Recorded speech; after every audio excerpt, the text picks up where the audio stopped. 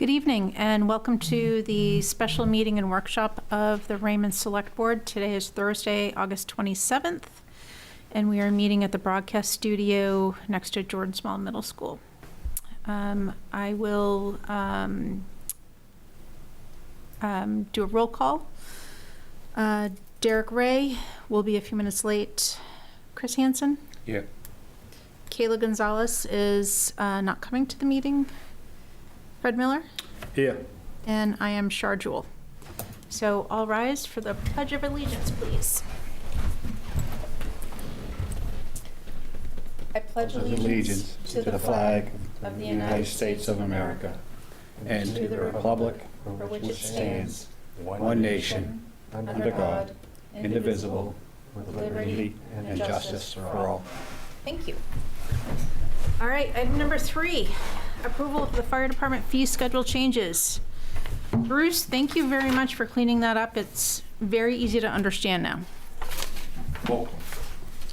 It does make more sense. Questions or concerns? No, I thought it was very straightforward at this point.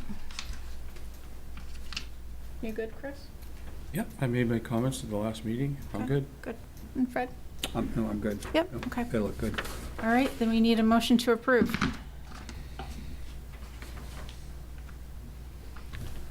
Guess I'll make a motion that we accept the new, or the updated fire department fee that the fire chief has updated for us, and accept the new charges that has here, and remove the ones that we asked to have removed. Yep. Okay. Do I have a second? I'll second it.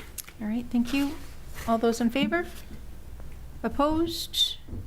And I skipped public comment, unfortunately. But we had public comment last time, so. I mean, you can always, it's your meeting, you can open it if you like at any time, so. Does anyone have any public comment regarding the fire department charges? Yeah, okay. Thank you very much, Bruce. Do you want to check Zoom too? You want to check Zoom too? Yeah, I didn't see anybody, No, I looked up. I didn't see anything like that. but thank you for the reminder. All right. We want to do the, okay, sorry. So next on the agenda is approval of accounts payable warrants in the amount of $66,987.54. I'll make a motion that we approve the pending payment warrants 18 and 19 in the total of, what was the total? $66,987.54. He can get there faster. That's the adding these two together that you just sent tonight? Yeah. Okay. Because one is 3,340.96, and the other one is 3,646.58. Is that correct? You just need a second. Yep. Do we have a second? I'll second that. Okay, thank you. And I see that Derek Ray has joined us over Zoom. So thank you, Derek. Good to have you. You're welcome. Okay. We have a motion and a second. All those in favor? And we got to do a roll call because Derek's on the Do you want to do any discussion? Oh, yes. Do we have any discussion? Thank you. No. Okay. All right. Derek Ray. Do you, I'm in favor. what was that? I'm sorry.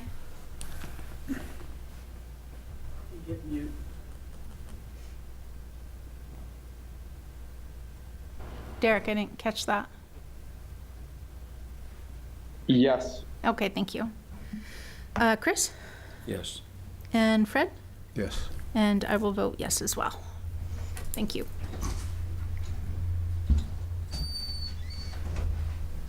Okay. Gotta get there.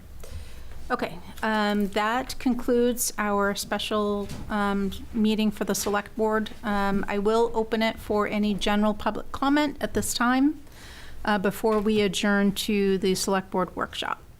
So anyone in person, if you'd like to speak, now is a good time to do that. Okay. Anyone on Zoom?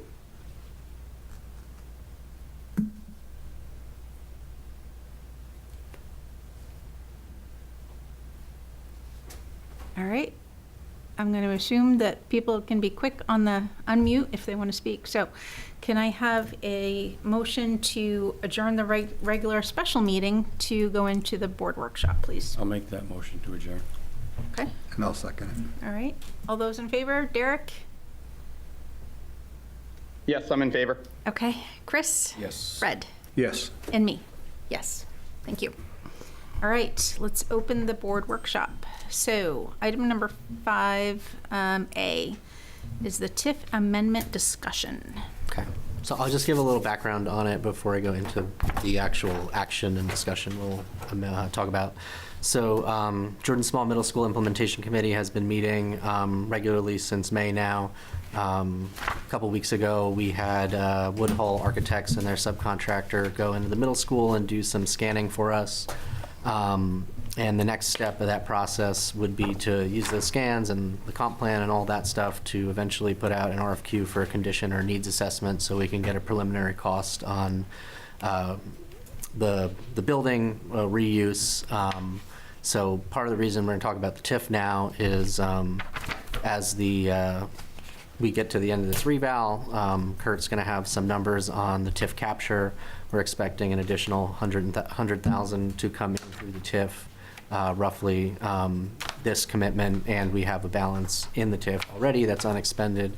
To do a condition or needs assessment for the middle school would be an unbudgeted expense. So we talked about a couple options at our previous meetings. One of those options is to, amend the TIF. And this is kind of what I'll give an overview on the TIF amendment, but you could use that as an option, go to a special town meeting and do a TIF appropriation to do the needs assessment. Or, you could use fund balance at commitment or various other things. But to use the TIF, we would need to potentially amend it.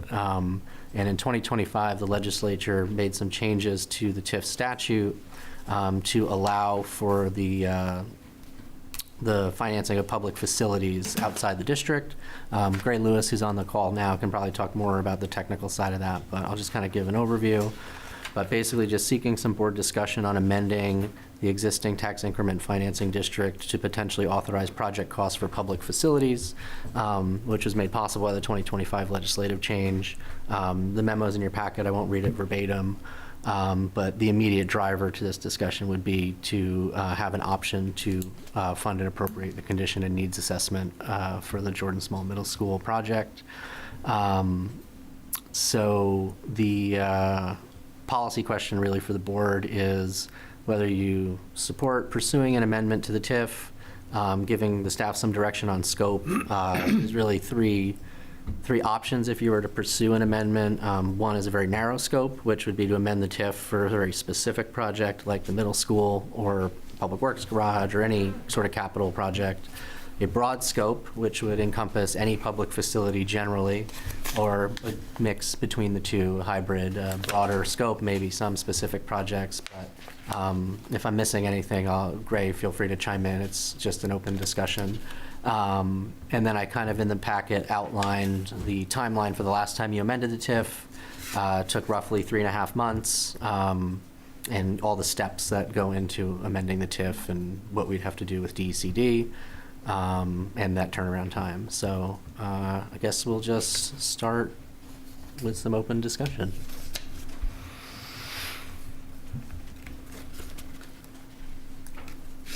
I have one question for Gray, probably. In the 2024 amendment, it talked about acquisition and construction of municipal equipment and facilities. And I wanted to make sure that that didn't cover something like the community center. And if it doesn't, then obviously I would be in favor of another amendment. But I just want to make sure that that wasn't included in the amendment in 24. First of all, I just want to say it's nice to, I would say meet you, but obviously I'm, chatting with you all over Zoom tonight. But I'm, very excited for the opportunity to work with all of you going forward. And it's been a pleasure working with Glenn over these, past 2 weeks or something like that. To your specific question of whether or not the previous TIF amendments allow, the construction activities that, you just talked about, the answer is it's a little ambiguous. I think there's a good faith argument to be made that, the TIF already allows use of the funds to pursue those purposes. But to be prudent, I think what would be best is for us to approach DECD with a, somewhat detailed program for what the town wants to use these funds for. We can see if DECD believes that the current language is sufficient, or if it thinks that, amendments are needed. I certainly don't want to go down the road of amending the current development program if it's not needed.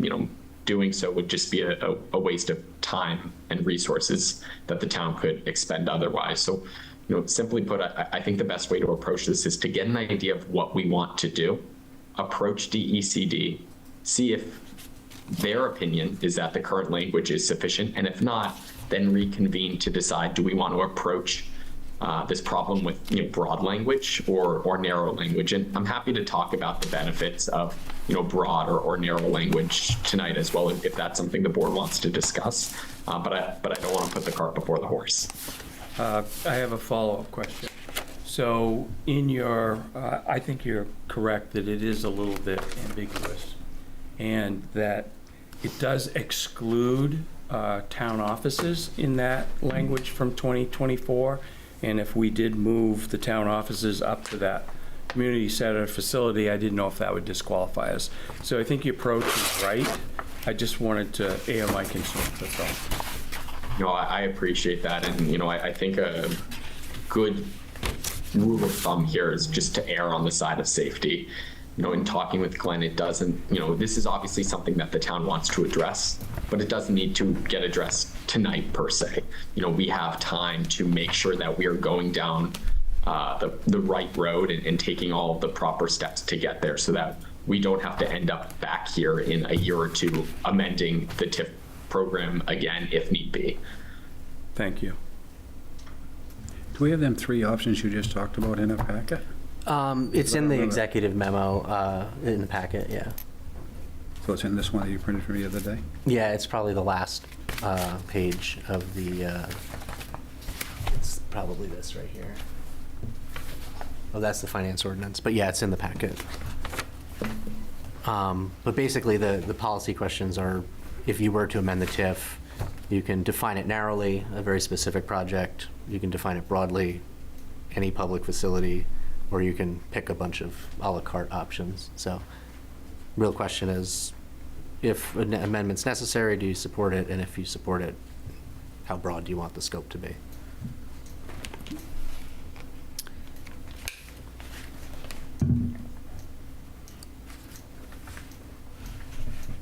Along those lines, Glenn and I were speaking earlier about this, but what might be helpful as we, approach DECD is a idea of what possible improvements the town might want to make. Obviously, we've already talked about possibly moving the town office, but if there's, anything else that, might be on the table, it'd be nice, or it'd be helpful rather, to approach DECD with, any possible use of these funds, so that they can then interpret whether or not the current language is sufficient for those projects, or if a revision is indeed necessary.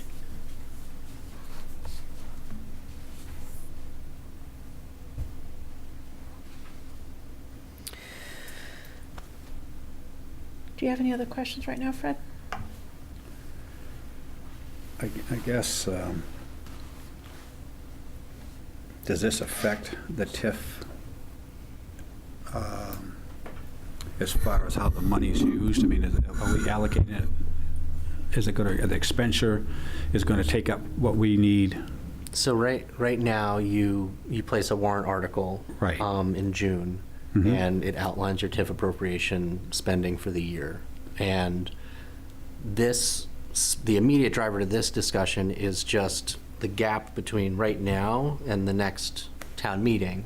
Given the timeline at which the school transfers, you'd likely want to have a conditions assessment in your hand by April or May, so that you, if you have to answer a long-term financing question for the June meeting, you'll know what you need to borrow. So right now, in the budget, you don't have the 70 to 120 grand you need to do the needs assessment unless we get creative with grants and contingency, or use at the time of commitment your fund balance, or this third option, which is to amend the TIF to include a broad project or a narrow project, and then simultaneously to amend the TIF, you would need authorization from the voters at a special town meeting. But you would probably want to do 2 warrant articles and get that funding authorization from the voters as well. So what you expend, I don't know off the top of my head, in a year, I think based on your past capture and what you've spent this year, you've got between 80 and 100,000 in the TIF. You'll bring in another 400 at the time of commitment. So you'll have 500, let's say, of TIF proceeds to use by the next town meeting. You budget around 3 and change, so you have an additional 100 grand coming in from the TIF capture post-commitment this year, roughly, until we know final values and stuff like that. So you would basically just be doing a special town meeting, potentially, to amend the TIF, go through that process, and ask the voters for permission to use the TIF proceeds to fund a conditions assessment. But that's going to be, this is, the money we're talking about is extra money left over that we haven't used. We're not You're gonna be anticipating using between now and So all of your that TIF time. money comes in when you commit taxes. You're going to capture that money for the Mhm. year. So we would then go into budget. You would do a warrant article for the upcoming year for your appropriation. So that money's coming in September, right? You're bringing in a little bit extra, and you have a balance that you haven't spent.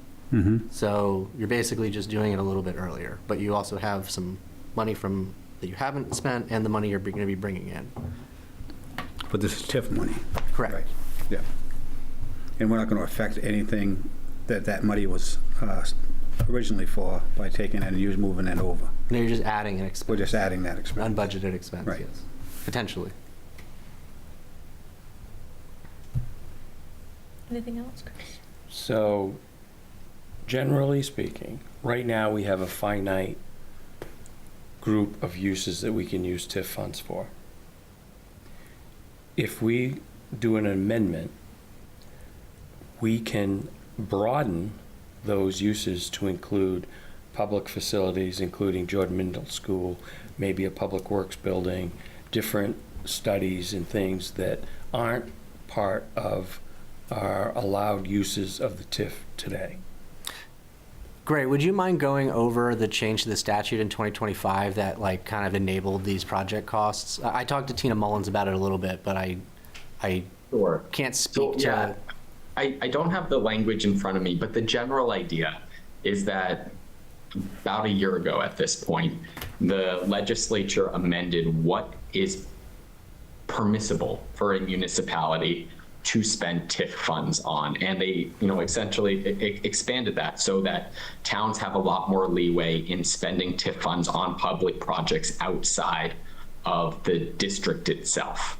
That's the long and short of it. But I want to highlight that just because the town wants to spend money on public improvements outside of the district does not mean that it's automatically entitled to do so. As you all know, DECD still needs to sign off on any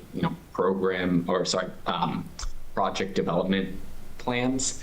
And so while it's likely that this would be permissible, I don't want to put the cart before the horse and say, once the town approves it, we are good to go to spend those funds.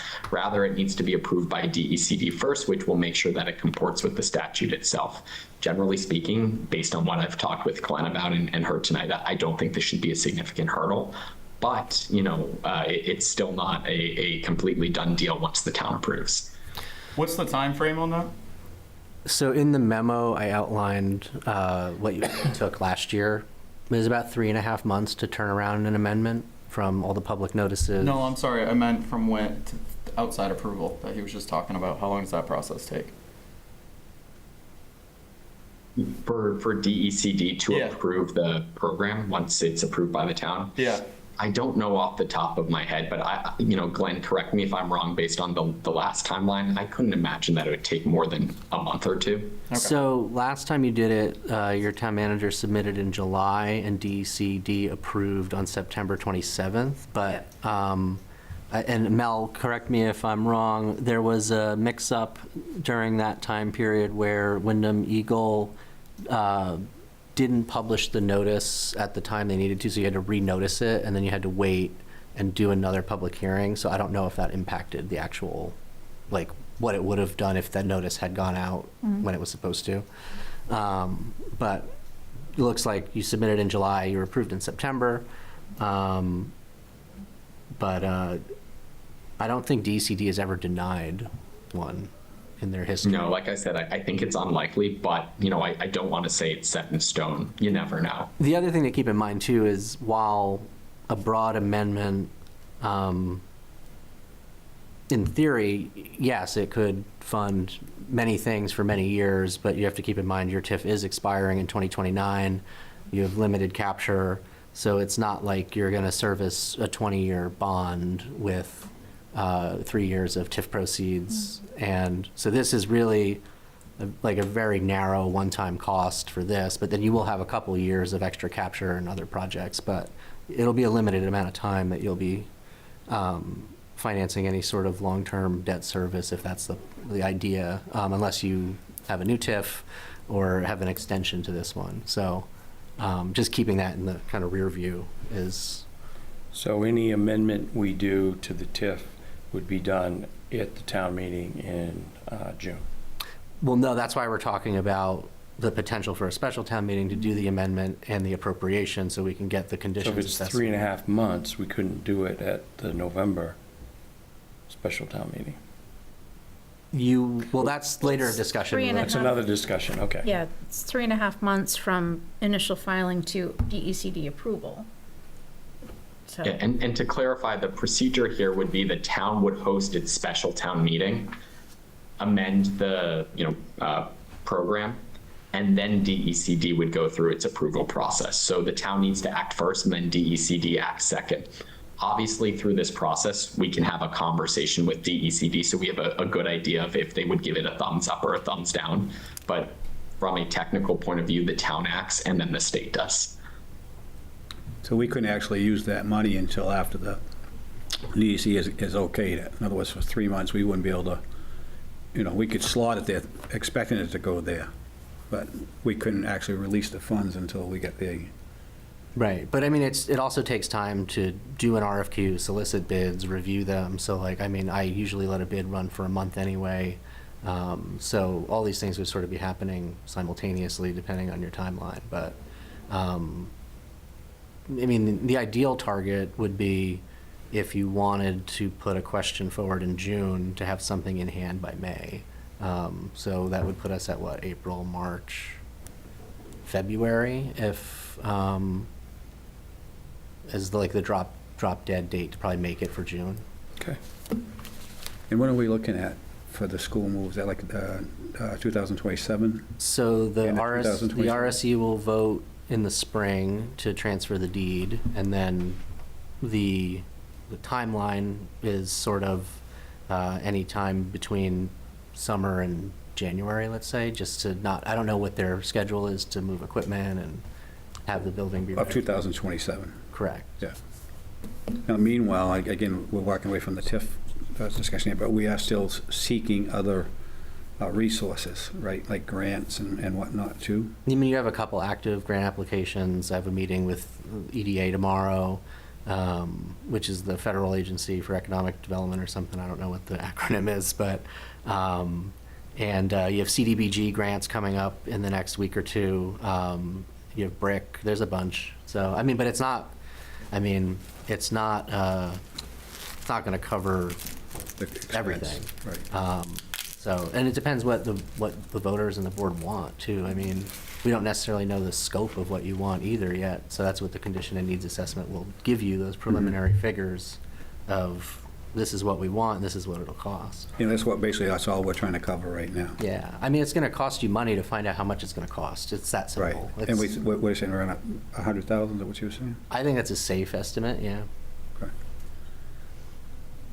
You have So- anything else, Derek? Nope. No? Sorry, Fred, did I cut you off? No, I think I'm okay. Okay. So what does it cost the town to amend the TIF? Because we're not doing a district, like, we're not gonna have to get, Emily White in here and do a whole, I don't think there's gonna be a ton of legal time. It's just really like an application to DECD, and we don't need to bring TIF consultants in that may be a different discussion on creating a new TIF or extending your TIF, but I think an amendment's a relatively straightforward process. And the town's been through it. I wasn't here when you went through it, but you can probably speak to it if you have been. So we're talking like less than $5,000? I mean, you'll probably just review our application and language, right? It's more of a review than. Yeah, I can't imagine that this costs more than a couple $1,000s unless something goes haywire. Okay, thank you. What if we decide not to amend the current TIF? What other projects do we have in the works for the remainder of the current TIF to use the funds that are in there? I guess what my question is, if we vote to amend and we use the money on Jordan Small and whatever else we amend it for, is there something that we're long-term planning on using the money for that now isn't going to get funding? No, because you're bringing in more capture this year that's sort of unallocated. You're bringing about 100 grand more than you typically capture. You tap 319, I think was the figure. You can probably go up to around 419. So you'll have an additional 100,000 every year?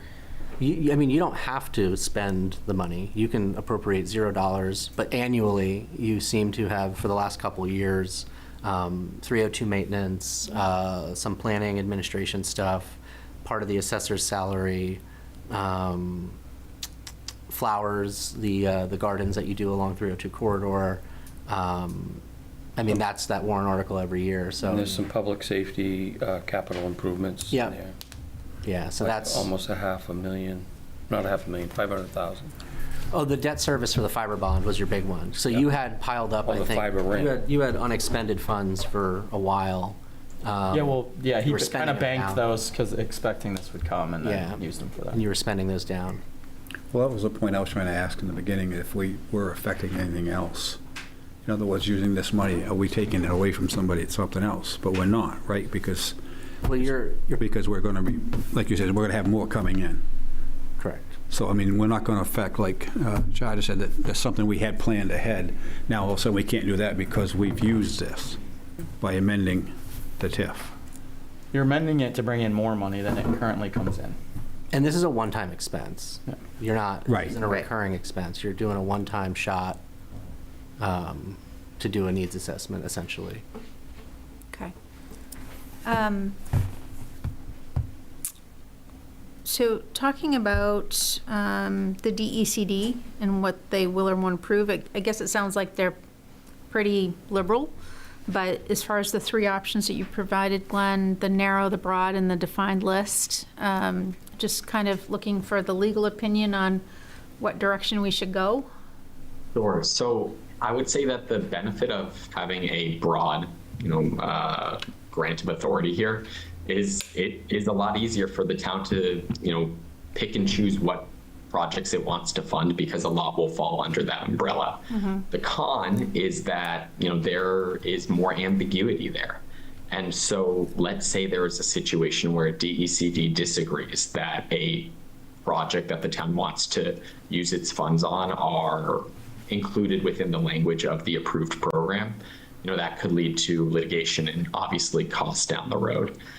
The flip side of that, so a narrow approach, the con is that you can only use it on these very explicitly listed purposes. The pro, though, is that there's really no ambiguity. You know exactly what you're allowed to do and what you're not allowed to do, and so it decreases potential liability going forward, assuming that the town limits itself to what is explicitly listed there.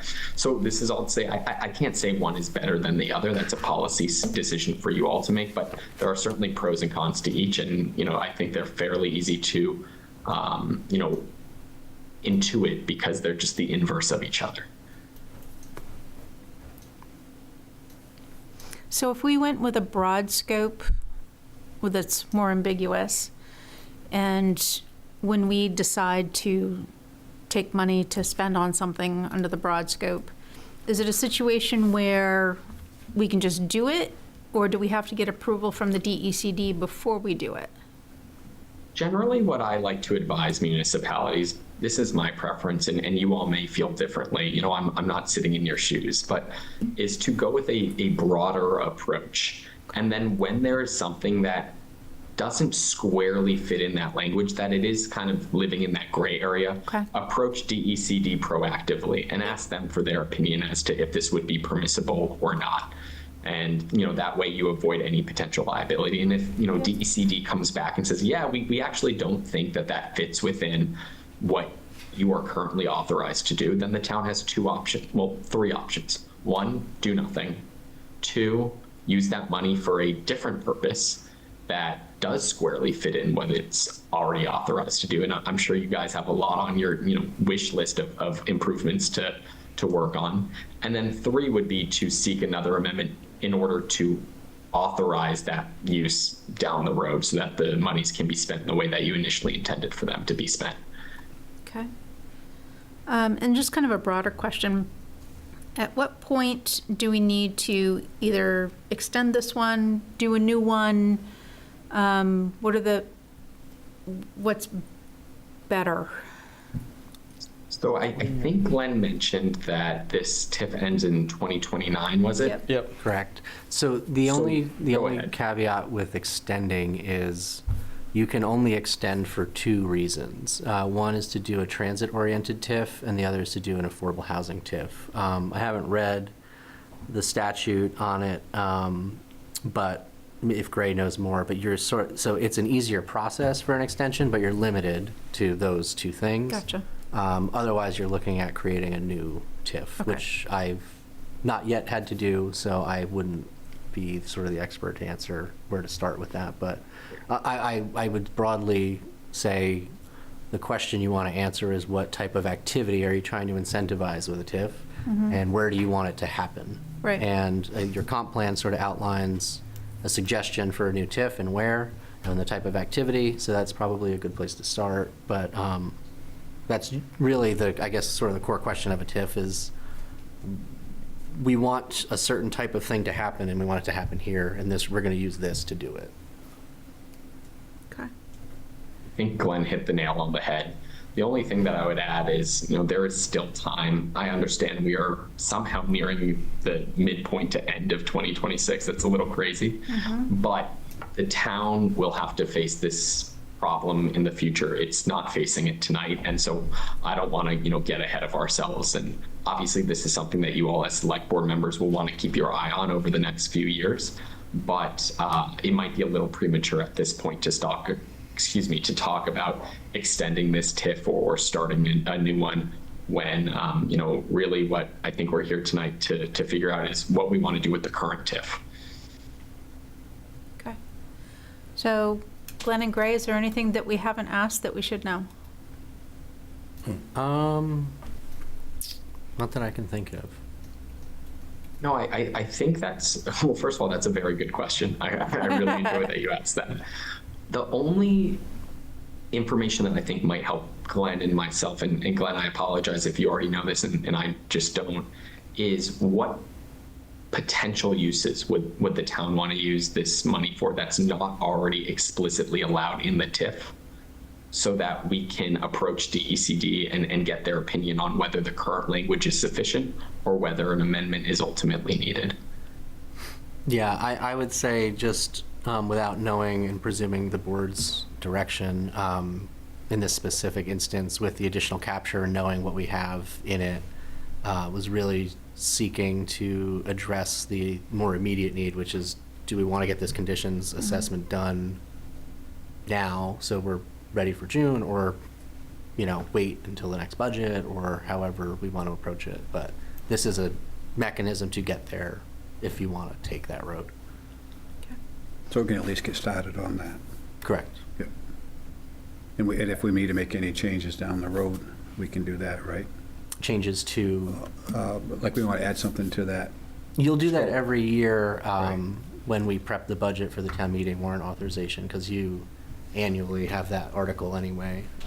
This is, again, just kind of coupling the discussion of the amendment in this one-time expense. But next year, we can broaden that to, if we decide to go with work there, we can broaden that work if we can get the authority to use it. Then I would suggest you amend it with a broad scope of all public facilities, so that you have that option. Ability, yeah. But again, it's, just to be practical, it's only $400,000, and these are big projects, it's not gonna move the needle a lot. You're not gonna service a whole Mhm. bond or, Right.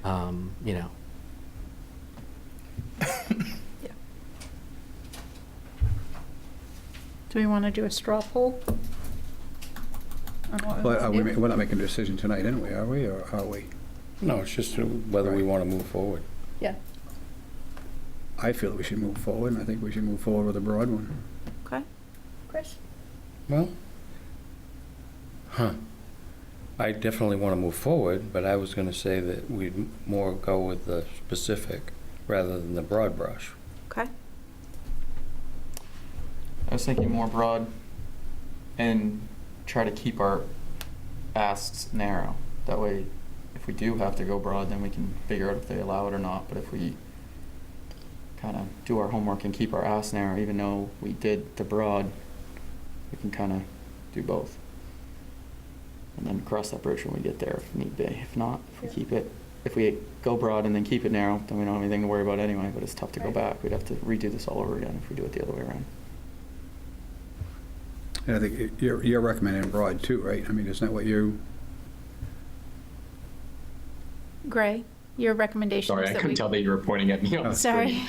your recommendation is Yeah, broad? so generally, again, there's pros and cons to each side. I generally like to go broad, and then, I forget who said it, but aim broad and then go narrow. correct, yeah. And then you can always, run potentially fringe cases by DECD.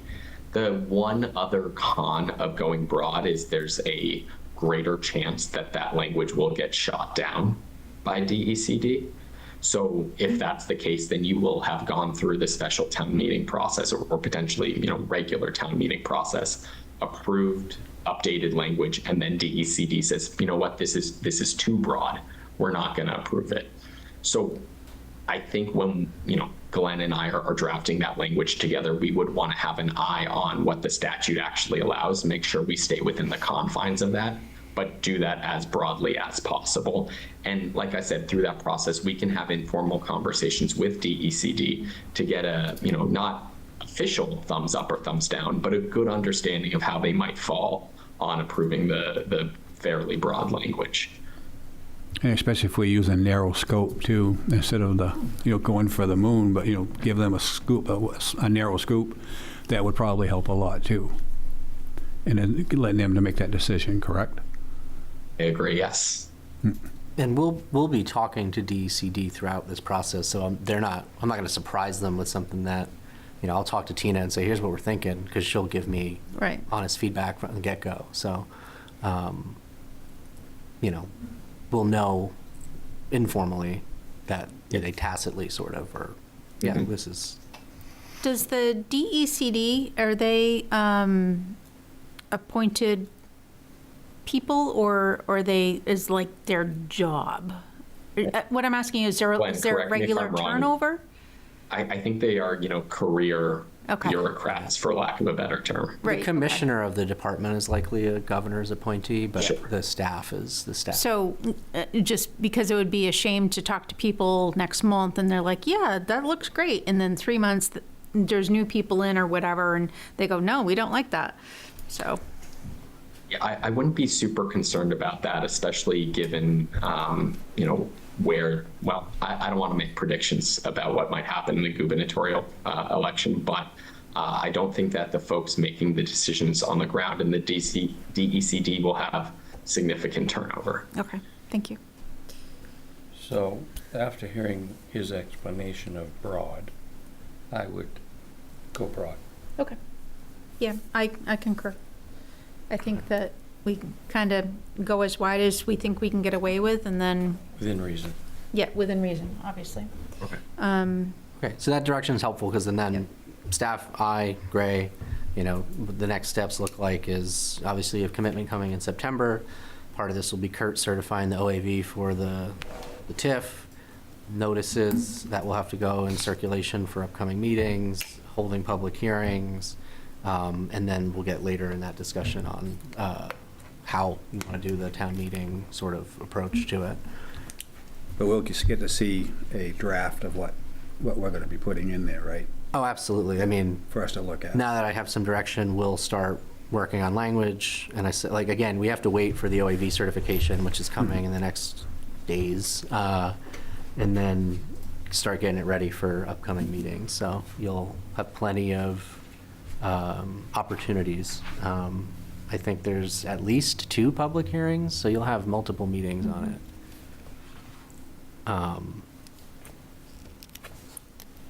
Yeah. Okay, thank you. On to the finance ordinance. Yep. So I'll just recap this quickly.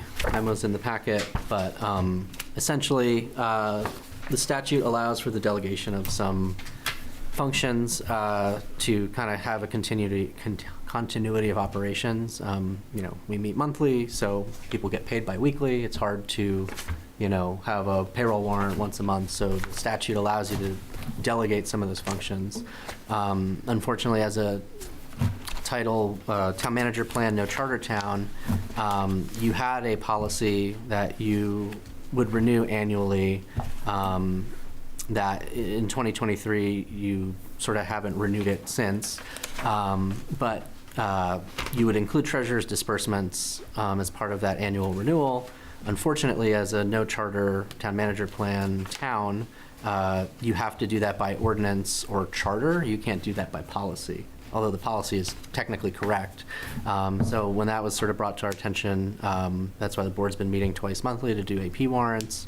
This would sort of just be an administrative change to the finance ordinance to allow what you've been doing since 2023 by ordinance, which is to execute AP warrants with a majority of the board or delegate it to one board member, so that we can cut checks to vendors without having to put it on a consent agenda twice a month. So the revised ordinance is in there, and the revised policy, and then we would kind of just piggyback this depending on how quickly, unless you guys like meeting twice a month and wanted to just wait till June, we could do that. But again, if you wanted to do a quick special town meeting, because we're considering the TIF amendment and the appropriation, piggyback this all on one special town meeting to just make these corrections, so that you can kind of resume your business operations the way you have been since, you know, 2018 when you adopted the ordinance.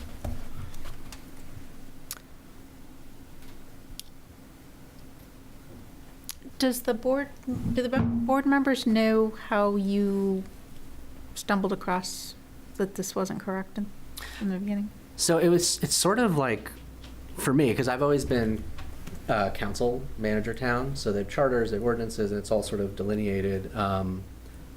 Nothing seemed out of the ordinary. The policy was working the way it should. And then I had a finance committee member ask me a question, and I was like, you know, in most towns, this would just be on the consent agenda, and I could just, I'd tell you to go look at the agenda. So I gave him a copy of the report or whatever he was asking for, which led me to, you know, read some stuff, and then see that the statute was quite specific in what, there was only 3 things it allowed by policy. And it was sort of just through discussions with staff and town council, they were like, yeah, technically you're not really complying with the statute. So it's just amendment to make sure that your policies are compliant. Unless you don't want the policy, then I would suggest we do what we've been doing, which is have the AP warrants on the agenda and approve them. All right, thank you for that background. Anybody have any comments, questions? Well, I've reviewed it. I think I'd be in favor of something similar to what was presented. With clarity, this still would need to be voted on annually. So the only thing I put in the policy is, so right now your payroll, by the way the ordinance is written is payroll and treasurer, right, our BMV checks that we cut to the state treasurer, the ordinance doesn't require you to renew it annually. You guys were doing it as a practice, which is fine. You're just sort of double doing it. You didn't have to, you did. The only reason I suggest leaving the AP warrants as an annual renewal option is a future board may want to put AP warrants on the agenda and approve them. So I kind of like kept it in there so that if a future board didn't want to delegate AP warrants, that you keep the annual renewal policy so you guys can decide every year in June, you know, whether you want to continue to delegate or if you want to have them on the meeting agendas. So. Thank you. So I guess for like the stuff, the payroll in the state and all that stuff, you're asking for one member to only? That's up to you. So you can. I'm not sure that I'm comfortable with one member, because if you're having a bad day or you just don't have the time, I mean, we're not in here to be able to go ask a question either. So I mean, you know, if there's at least two of us, we have a better shot of And I believe the way that the existing policy reads, not to interrupt you, is it gives you the ability to delegate. I mean, you don't have to. It's an option that the policy allows. So you'd have one person be the delegate. Well, no, you could say I want the full board to execute via Right. DocuSign. Well, Policy. it also allows you to have one, and then if that... If I might interject quickly, both the ordinance as well as the policy that the ordinance would, you know, enforce, the language says that you all would be authorizing at least one member of the select board. So in theory, all members of the select board could be delegated to carry out this activity, and then it would only require one of you to, you know, show up and you know, sign the warrants themselves. Who, at our current policy, is it all of us sign it, or is it two? It's the policy that you have. We're just adding treasurer's disbursement warrants.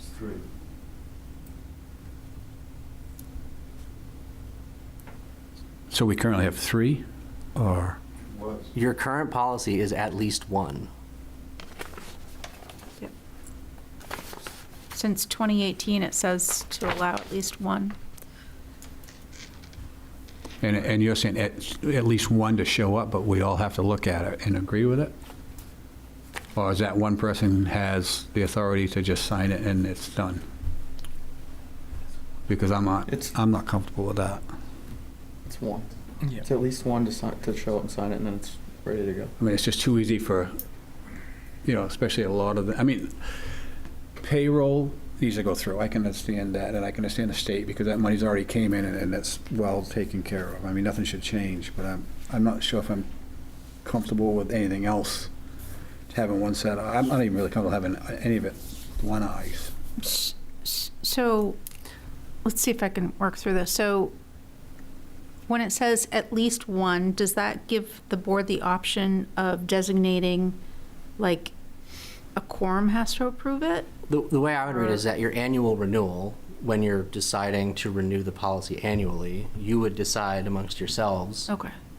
I want to, right? They could say three when they renew it annually, but the policy does let you, in its current form, delegate to at least one. Yeah. Okay, so that alleviates the concern, and I share the concern. Yeah. So in June, when we And I'm not saying that anything is wrong by somebody doing something wrong. I'm just saying everybody has a day. And, you know, and if you're looking at something and maybe it's just something because, you know, even like when you research the stuff, somebody does a typo. Well, it could be a typo figure there. And if it automated, it could go. I mean, I just think we need to have a second or third pair of eyes on something. That's, For what it's worth, I mean, we can certainly revise the language here to indicate that more than one individual on the select board will be, delegated this authority. Let's say it's 3 folks, and then at least 2 of those 3 would need to approve. I don't know if that's the policy that you all want to pursue. That's kind of what it sounds like. But this is all to say that this language doesn't need to be set in stone. And if you all tell Glenn and myself that you're not comfortable with the way that it's written, we can certainly revise it. again, this is, at this point, this is only my opinion. So, I mean, the rest of, you guys haven't spoke. I mean, if you're comfortable with the old way, then we can talk about that. I just, I'm just used to having more than one set of eyes looking at something. I mean, we usually do 3, even though it's only 1 anyway, but that's just how we used to do it. There would be 3 to 5 that would sign each one. But I think this is just saying 1 gets it done so that things can keep flowing. And if things can keep flowing, and if somebody sees something that got passed, we can always go back and go, hey, this is either this is real bad, let's not do this ever again, this went to the wrong person or whatever, or let's try to go back and fix this. But I mean, for the most part, the payroll and the things that are already automated and discussed and have seen multiple sets of eyes before it got to us anyway. It's already gone through department heads and things like that.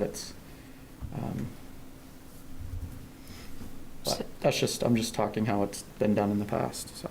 So just from a real life example, is that the policy could stay as it's written. When we adopt the policy every year, we as a board could vote that even though the policy it says at least 1, we want at least 3 of the 5. That's how I read it, is like when you're doing your annual renewal, you guys are discussing it and saying the chair, vice chair, and 1 other person are getting delegated this authority. Because like I said, when I used to do it in Lisbon, we would do it right before the reorg meeting in December, and they would pick the 3 folks or whatever it was, and then they would renew it every year. So, and again, from a quick look, I don't believe you guys have even renewed the policy since 2023 on your June meetings.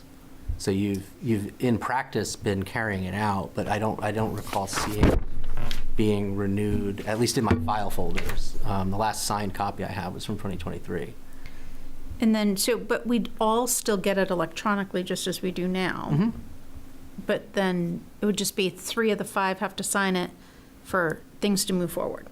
But For we us to don't cut have a check. visibility. Yeah, like we would hold checks until Right, we got so 3 signatures. you send out the email with the DocuSign, 3 of 5 of us see it, sign off on it, and then the others still have access to it to look at it. So Fred, if 3 people signed off on it before you got to it, you'd still have visibility, could ask questions and say, hey, what's this, what's that? Right now it's 1 though.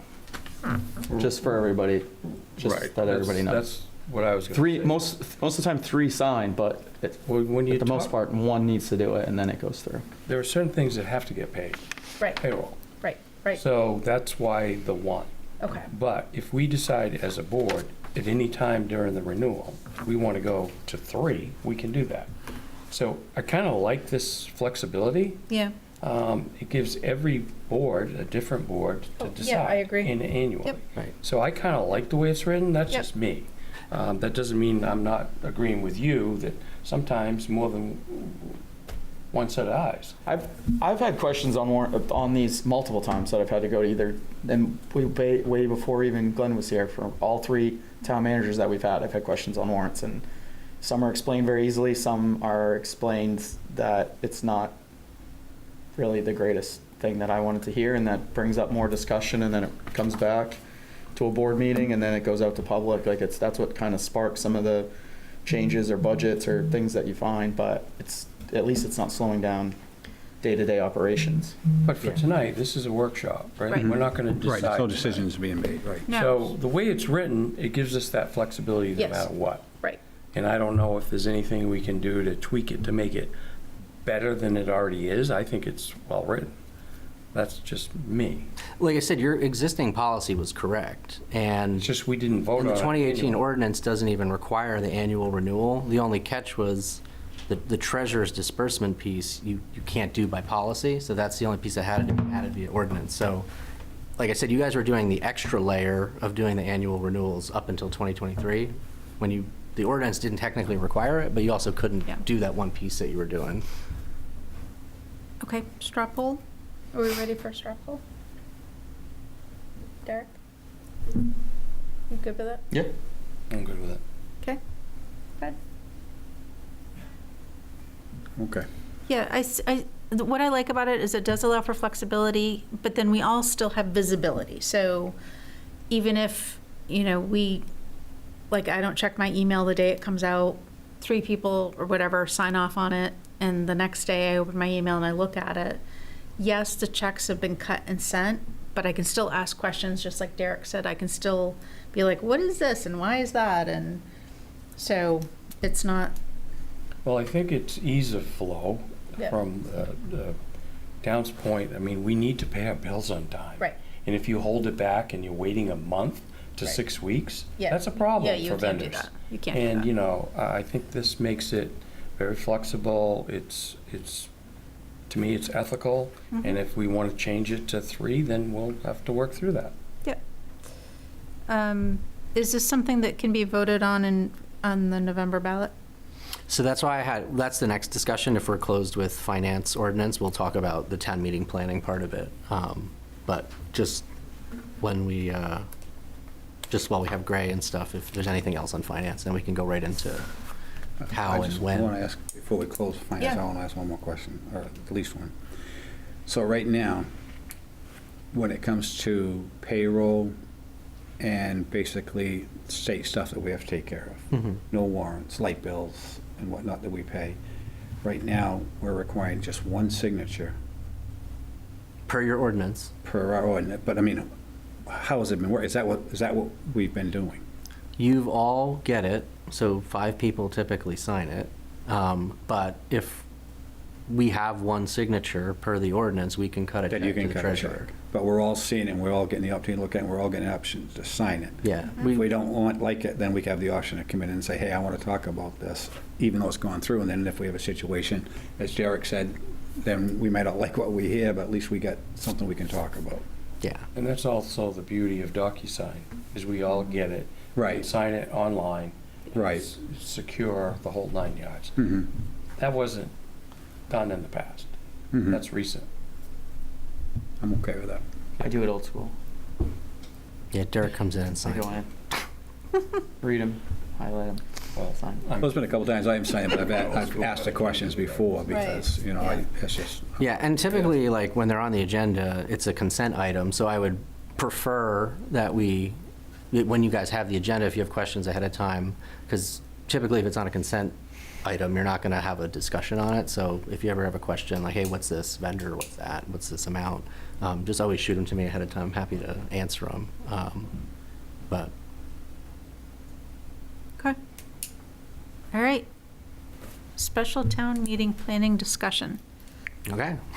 So assuming you all want to move forward with some ordinance amendments and some TIF amendments, you have some à la carte options in how you do that. Obviously, Shar, you had targeted the November gubernatorial because we'll have good turnout. And I have Mel on here to talk about timelines and all that and how it would work. I think the only thing that really makes the November piece challenging is ordinances would have to be final by what, September 1st or 2nd? Third. 3rd. So final version of any ordinance that would be voted by a secret ballot needs to be, so the final version of an ordinance would need to be in my hands by September 3rd. It has to be 60 days before the secret ballot vote. Is it It's only- different if we do a special town meeting? The timing? Yes. It would just need to be early enough to have a warrant posted at the very least 7 days before the vote. Oh, And then you hold a public hearing. And usually the advertisement for the public hearing is at least 10 days before the public hearing. Okay. So can be a much tighter timeframe if we do it by open special town meeting. And that's up to you guys. It's really not. Well, do we have to vote on the proposed ordinance as a board before it can? Well, we kind of organize it. We're going to be organizing and setting up the wording in the town meeting, so, I mean, we would be voting it that way. Voting to go forward with it, basically. And we'd probably vote to either approve or, And I assume because it's the finance ordinance, would the finance committee also do a yes, no on? they can give a recommendation Right. and send it to us. We would do a recommendation and then send it off to whichever way we send it to town meeting. Okay. And the TIF would just be us? Yes. I mean, you can get there. So we've kind of given you the green light already to start it. So the finance ordinance is pretty simple, and policy is policy. You can do policy at any time. Yeah. You could always change that. But that is pretty much ready to go in its form. The TIF amendment, Gray, do you think that's doable for September 3rd? I was going to say. That's next Thursday. That's a week I away. don't think it's. That's literally doable. next Thursday. Yeah, so. Yeah. Yeah. And it's, no, Labor is next week, but still, it's only a week. Yeah, I mean, Yeah, obviously, and we don't know how quickly it'll take DECD to, chat with us. So I wouldn't want to put my eggs in that basket. Yeah, and that's why I sort of structured this meeting in a way that, like, these two things are more administrative, and I don't assume that they're like, it's not like a controversial ordinance like STR or the recall ordinance or a zoning change, which we're not even recommending that you consider for the special town meeting, because those are more thoughtful, deliberate discussions with planning board and all these other groups. But these, if you did an open town meeting to just sort of do these administrative changes to the finance ordinance, it would be nice to capture all that turnout, but logistically, if you wanted to get it done, the faster way to do it is an open town meeting. yeah, I think that if we can't do all of it in November at the election, then we should do all of it at special town meeting. I wouldn't want to slice and dice it. That doesn't make sense. So when you say all of it, do you mean just TIF and the- finance? Well, if we do the recall ordinance and the zoning ordinance, So those I had assumed were less time sensitive, so you could just go to regular town meeting with those and give the planning board their workshops if you would want to move Yeah, forward. I think they're going to take more time, especially zoning.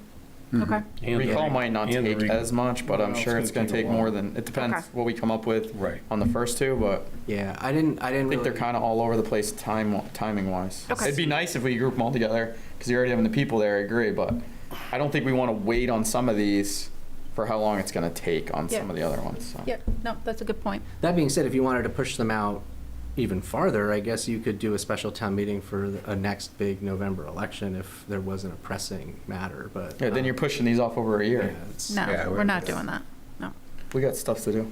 Yep, So I think we take it it sounds like we take 2 bites. yep, One of the TIF and the finance. yep, Relatively sooner than later. yep. And then when we talk about recall and zoning next, that can be a little further out and maybe at the regular town meeting. Yeah, is that, for the recall and zoning, is it make sense to do it in June with everything else? Yeah, and that sort of was my impression, is that these are going to be more complex, thoughtful discussions with multiple stakeholders, and Okay. gives you more time to kind of spread that out. I just know that when I started, that the recall ordinance was something the board wanted to work on, so we're having a workshop tonight. Right. Talk about it. And then, like I said, Derek had mentioned the correspondence from constituents regarding the zoning. Saw it was appropriate, we're having a workshop, put it on. Yep. Yeah. And then the NOV stuff came up too, so we just kind of Yep. tagged a bunch of stuff for this discussion tonight. Okay. So when do you think it's reasonable to do the TIF and finance special town meeting? I would defer to Mel because she runs elections and kind of it's in your muscle memory at this point. I only had to do it once and I don't really remember if I could ever do it again, so. As far as, once the documentation is ready, the ordinance is in its final version and the TIF wording is all settled and squared away, we can do a pretty quick turnaround with scheduling an open special town meeting. It would just be setting a date far enough out that allows reasonable public notice. But then then it's just the quick timing as far as setting the date for the public hearing, setting the date for the special town meeting, and then working backwards from that a little bit, which it looks like 10 days prior for publishing in the newspaper notice of the public hearing, and going back a little bit slightly further than that, having a meeting, whether it's a regular select board meeting or a special select board meeting to sign the warrant for that special town meeting. But that can be done at any time, so there's not really. Yeah, and I would just say just keep in mind that February window is when you start to lose the ability to, if you get the condition assessment in hand and you know a number that you want to put to the ballot in June, like we would probably want to have this meeting before February as a drop dead. So would it be fair to Mel to give us a kind of a couple of options for the next select board meeting? In other words, you could do your timeline and say we could do it in January or December, more specific than putting her on the spot right now. Yeah, we'll take some time with it. Yep, I can do that. Then that gives you plenty of time to work through the TIF process, but I think sooner rather than later for the finance ordinance. I think sooner the better on all of these. It's just however Right. fast the work gets done to get them done, then Right. Well, it seems like October is it could be a reasonable month to do it if, yeah. At first glance, quick peek at the timeline, yeah. Yeah. Okay. Want to shoot for October? Don't Is that quote me on reasonable, that. Gray, for the TIF? I think that should be reasonable. Okay. Crazy idea. Could you do an open special town meeting in the gym, like during an election, or is that not? I would Because of the think way the so. lines are all I set mean, up. if you want your clerk to lose her mind, sure. Yeah.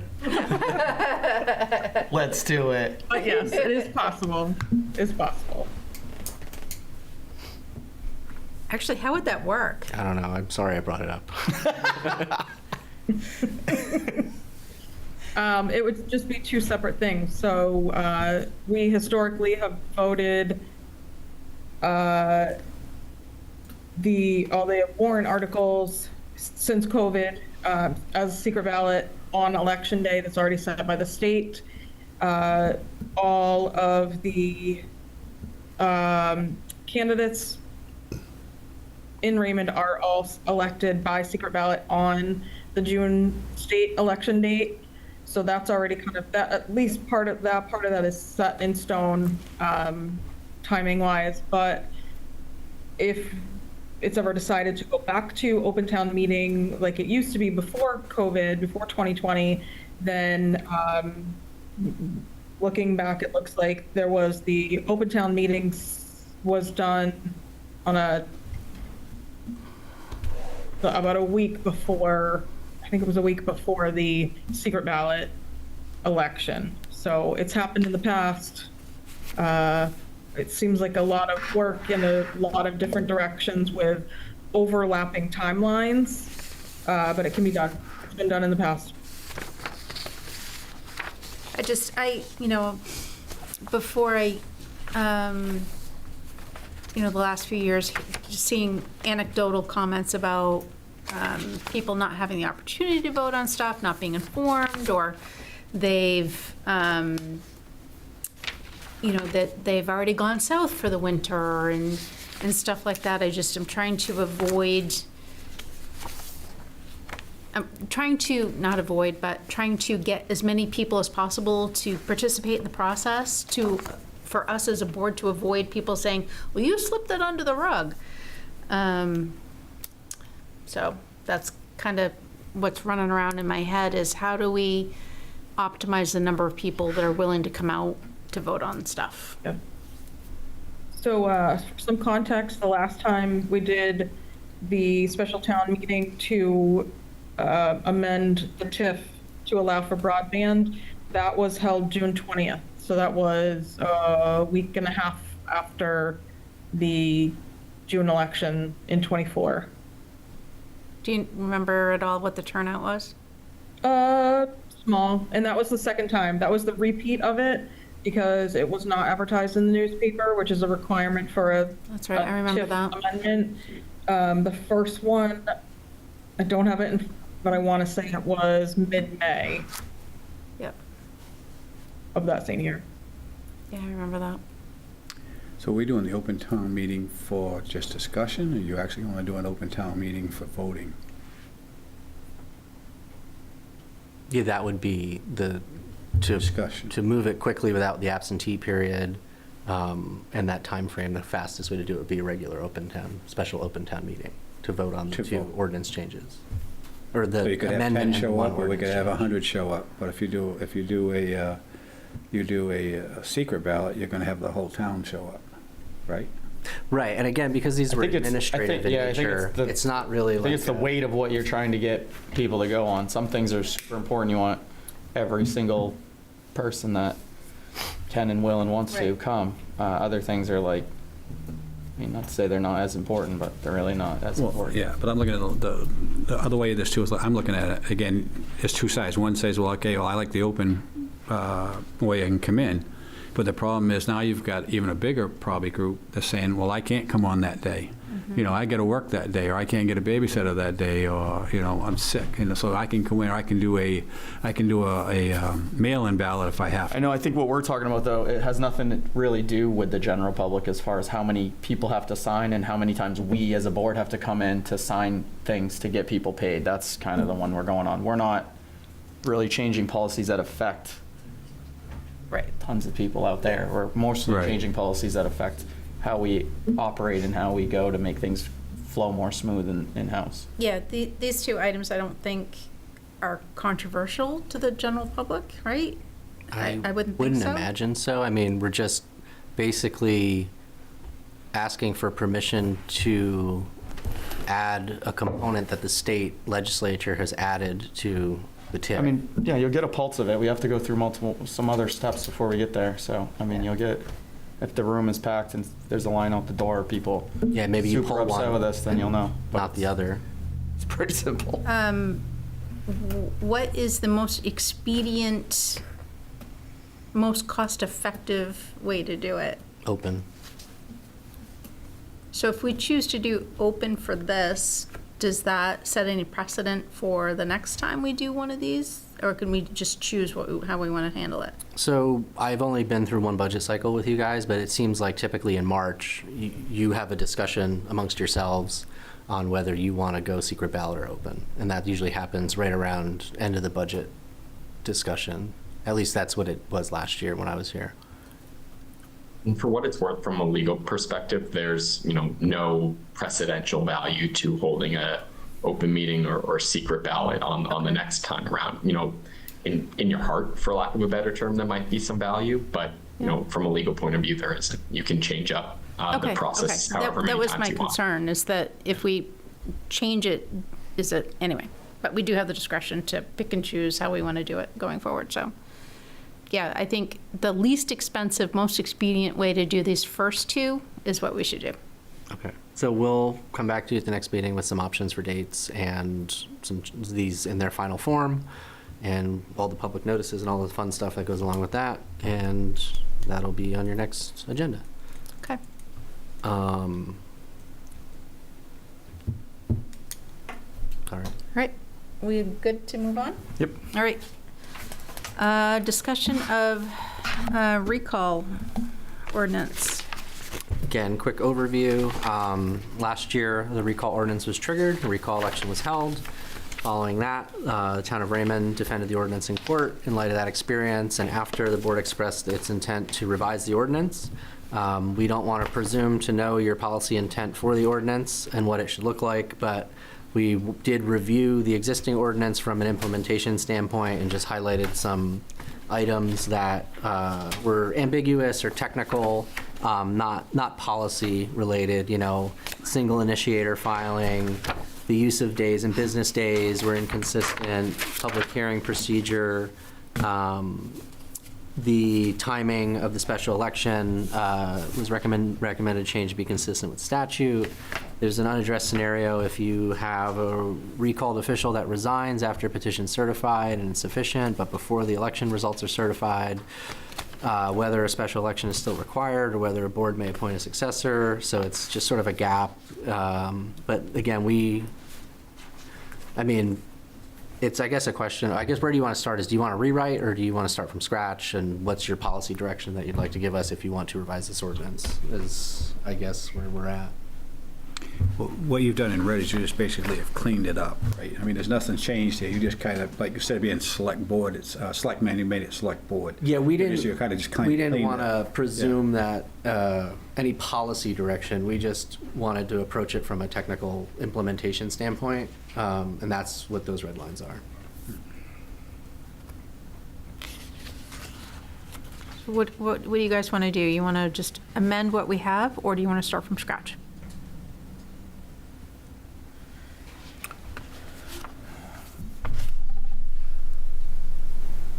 Either way, I think it needs such a big overhaul that you could pretty much go either way with it. My take is I don't want to polish up what we have because I don't think it works. Okay. I think that one of my big concerns was state statute for anybody that's a municipal officer has to be convicted of a crime.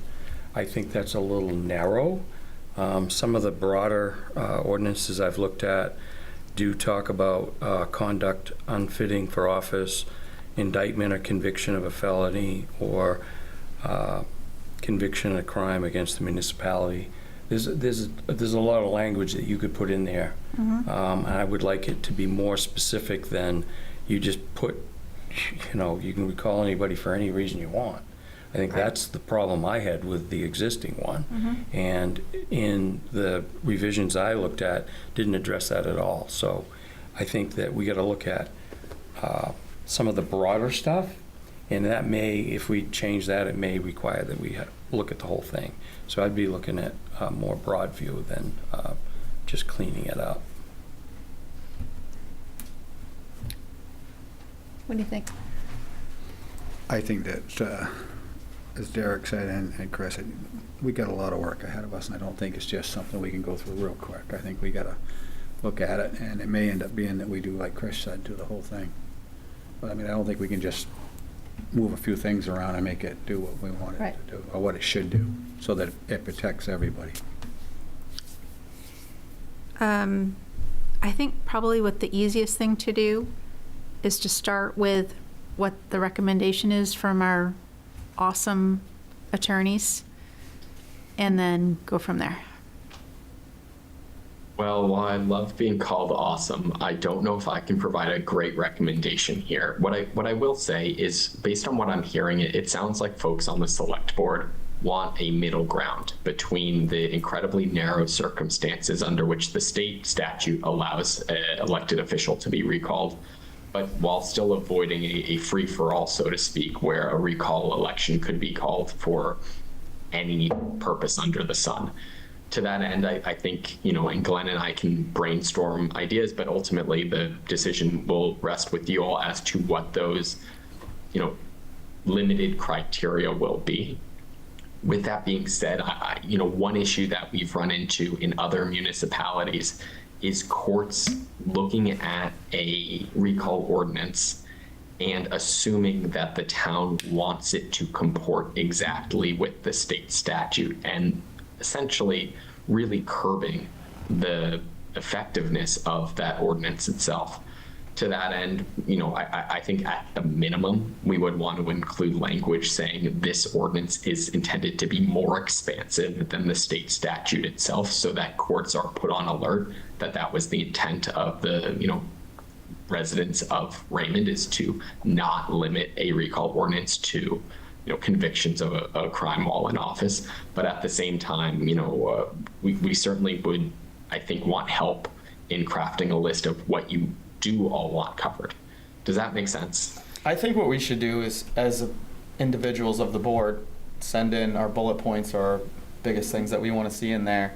Let Glenn and administration kind of snowball it into what an ordinance is supposed to look like, then run it by the attorney, and then come back, and then we tweak it, and then send it out to vote. I mean, I did include some sample recall ordinances from other places. I think that'll help on our research end before we bullet point and give it to you.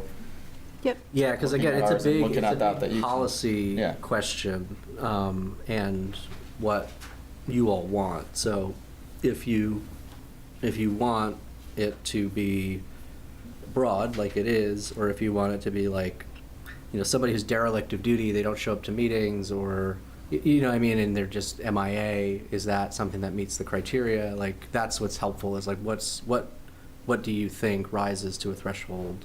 And then give us your policy direction, and we're happy to make it a legal document.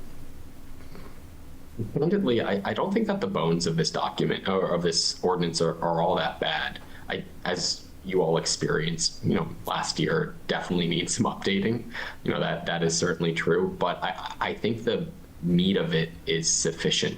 It's just going to take a little bit of tailoring and providing additional details so that it actually affects what you all want it to affect and doesn't touch on, subjects that you don't want it to touch on. So, Gray, just to clarify on something you said, I want to make sure I understood you correctly, is that we can be more liberal than the state statute? Is that what you No, said? we have to be more strict. No. So I want to clarify. The state statute right now only allows recall for an elected official that is convicted of a crime while in office. If the town wants to, it can expand that criteria for what is sufficient to recall an elected official. So as Glenn mentioned, it could be dereliction of duty. It could be, if you're supposed to sign those AP warrants that we were talked about earlier, if you're not signing them. It really can be any sort of policy that you all want. I do think that this is a little confusing because you're right. The general rule of thumb is the state provides a mandate and towns are beholden to that floor. If they want to increase scrutiny and have additional restrictions, that is permissible. This is the opposite. Towns here can expand what is allowed for a recall beyond what the state has already provided. All right. Okay, thank you. All right, so, Derek, I like your suggestion of doing research for us independently, coming up with some ideas, and then reconvening to discuss again. I think Clint can send us some of that rough drafts that he's made. Yeah, like I to said, kinda give if us there's, some if there's thoughts, too. ordinances that you like or whatever, let me know, and Yep. I'll shoot you some. I can provide you the stuff if it's helpful. I would like to see that.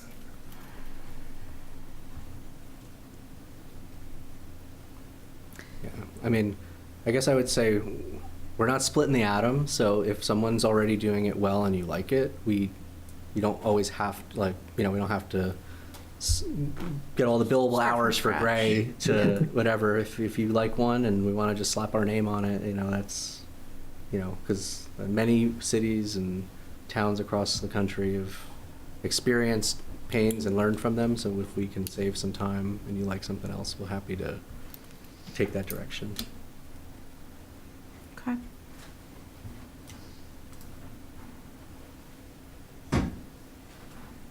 Are we good to move on from this?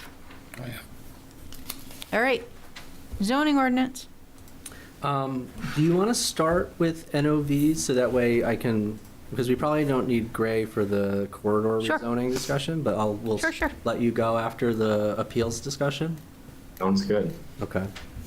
So this was just, kind of came up, was at the MMA conference. Ray did a good presentation on this topic in particular. I was looking at some of your legal expenses over the last couple of years as it relates to appeals, and just wanted to discuss the pros and cons of having NOVs being appealable to the ZBA, or evaluating whether you would want to amend the ordinance so that those appeals would go directly to Superior Court. And I guess, Gray, I'll give you the floor to kind of just talk about it, since it's probably fresh in your mind anyway. Happy to. So right now, the Raymond zoning ordinance allows notices of violation to be appealed to the Board of Appeals. So essentially, if your code enforcement officer goes out, sees that, for instance, someone has a junkyard on their property, they wrote them a notice saying, hey, there's a junkyard on your property. Here's the specific, violation of state and or local law that you are infringing upon. And these are the exact steps that you need to do in order to ameliorate the situation. If a landowner disagrees with the code enforcement officer's interpretation, they are entitled to file an appeal and essentially argue that, no, there is no junkyard, in this case, on my property. That appeal currently goes to the Board of Appeals. It doesn't necessarily have to. As Glenn noted, one thing that is available to the town is to take that out of the Board of Appeals jurisdiction, and instead that appeal would go directly to the Superior Court. There are pros and cons to doing this. The big pro is that it avoids a situation where the town essentially is, for lack of a better term, suing itself. And I know that sounds weird, but let's imagine that same situation where the code enforcement officer notices a clear junkyard. There's no ifs, ands, or buts about it. They write the notice of violation. The landowner appeals this to the Board of Appeals, and the Board of Appeals agrees with the landowner. And, I advise boards of appeals all the time. I'm actually on the Board of Appeals in Portland, and Oh, that boards must of be fun. appeals there are pros and cons to it. I will say sometimes I feel like I'm taking work home, but it has also given me a really valuable perspective on what it's actually like to be in the decision maker's chair rather than advising like I'm doing right now. But with that being said, boards of appeals, I think, are generally made up of lay people who are certainly trying their best, taking the advice of counsel into account, but they get decisions wrong. And so let's say there was this, clear-cut junkyard. It's a public health hazard. The landowner appeals it to the BOA, and the BOA agrees with them. But the town still wants to take care of that junkyard. What the town would then be forced to do is to appeal its own Board of Appeals' decision to the Superior Court. That's a bit of an awkward situation to be in, and candidly a pretty hard thing to explain to voters why you're spending town resources appealing your own decision. So in order to avoid situations like that, we generally advise our communities that we work with to take that power out of the jurisdiction of the Board of Appeals so that the town isn't forced to potentially appeal its own decision. The big downside of this, though, is that it can increase litigation costs, because any landowner that wants to appeal an NOV, instead of taking it to the BOA, will take it to the Superior Court. And generally, if they do so, a town will want to retain their attorney to represent them in court. Now, these aren't huge litigation expenses, but in theory, they can accumulate. I want to highlight, though, and granted, we haven't worked with Raymond for all that long, about 2 weeks at this point. And so I don't know generally how many NOVs are getting issued, and more importantly, how many NOVs are getting appealed. But what I can say is, based on the communities that I have worked with for a long period of time, these notices of violation generally are not appealed. So that assuages the concern that the town would be racking up significant legal fees in defending this. With that being said, the notices of violation that are appealed are generally appealed to the Board of Appeals if that is an option in the town that we work with. And then almost undoubtedly, if someone is appealing this to the Board of Appeals, they are also going to appeal it to the Superior Court. It's just, generally the nature of that person that they're litigious and want to try and vindicate themselves in any way possible. And, they're certainly entitled to do so. This is all to say that if a notice of violation is getting appealed to the Board of Appeals, it is likely getting appealed to the Superior Court anyways. So it's nice to cut out the middleman if the town is going to incur those expenses anyways and avoid the situation of appealing your own decision. I know I just talked a lot there, and I used a lot of convoluted terms, so I want to just hit pause and see if folks have any questions about that. So my question for Chris is, on average, how many NOVs do you guys issue a year? I cannot give you an average. Well, I think But- the NOVs aren't really as important as how many go to, Appeal? yeah, how many do you A probably- lot. A lot? So there's more to this than this simple discussion we're having tonight.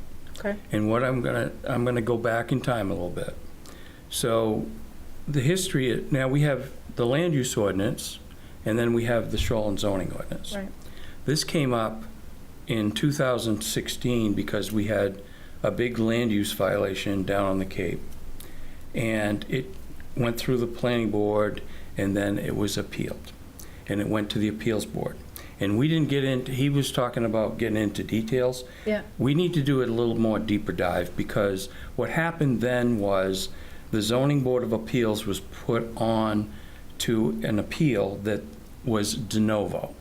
And when you do a de novo hearing, it opens up the whole, everything that the planning board went through to approve this use in the shoreline zone, Yep. got re-reviewed by the ZBA. Right. Now, the ZBA doesn't typically have the same expertise as the planning board. So there was 5 or 6 attorneys involved in this. It was Wow. extremely expensive. So after that, I'll just kind of summarize this. After that happened, the selectmen decided to change our shoreline zoning ordinance, and we voted to change the shoreline zoning so that any of the land use violations, a zoning violation, went directly to Superior Court, which he's suggesting. Oh. So we already have that in the shoreline zoning ordinance, but we haven't updated the land use ordinance. Oh, all right. But in my review, really, because of this meeting, I kind of went through and was looking at, we really need to clean up a lot of things in our ordinance, land use-wise, in regards to the discussion we're having tonight. Okay. So I think a deeper dive is great, and then we need to have the discussion of whether we want everything to go to Superior Court or what things specifically. There are variances, there's conditional uses, there's a whole table of things that go to the appeals board, that it's just not like every notice of violation should go to Superior Court. There are certain things, there's different variances, and there's different criteria for variances. Hardship is one of the biggest things that I'm sure he can expand on a ton. I think we need to take a dive into it, absolutely. But I don't think it's as simple as, we ought to just remove violations from the ZBA. I think you have to, and I'm saying, I'm a code enforcement officer, I want to streamline things, and I think it would be easier for my office to do business if everything went to Superior Court. But I also know that code enforcement officers make mistakes. Yep. And I think everybody has the right to an appeal, and I do not want to infringe on the public's right to appeal a decision. So I think this is going to take a lot of careful and deliberate discussion. So they can appeal, even if it doesn't go to ZBA, they have an avenue to appeal no matter what. Absolutely. Okay. They can go to Superior Court and appeal. But that's expensive. So,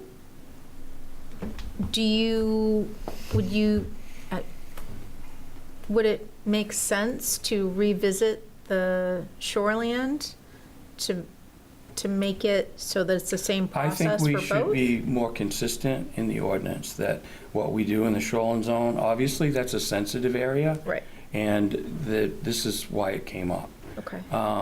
but also, I think we need to be more consistent in the land use ordinance. So I think if we're gonna dive into this and change that, we need to be inclusive and have a thorough review of it. Yep, okay. So When you you're guys- saying the shoreline is okay?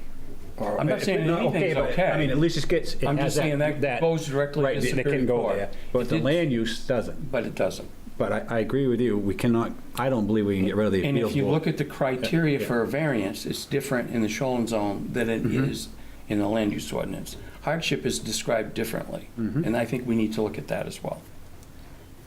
When you say it's more expensive to go to Superior for the town or for the For the land? applicant. Okay. Well, Yeah, both. whoever's going to, both. Okay. Right now, it's a double hit for the town because we're paying lawyers to go to the appeals board meetings to represent the appeals board and sometimes the code officer. And then you've got attorneys that represent the people that are appealing. And that can be multiple parties. That's what happened in the shoreline zone. We had multiple parties appealing. So there was attorneys for the appeals board, code enforcement, and then all the appellants. So we had a room full of attorneys, and you know what happens with that? It just drove the costs up unbelievable. That's why they looked at it and changed it, and maybe we should have been a little more thorough in 2016 and looked at the land use ordinance. But in some cases, doesn't some of that come back to the town as far as the expense for the lawyers?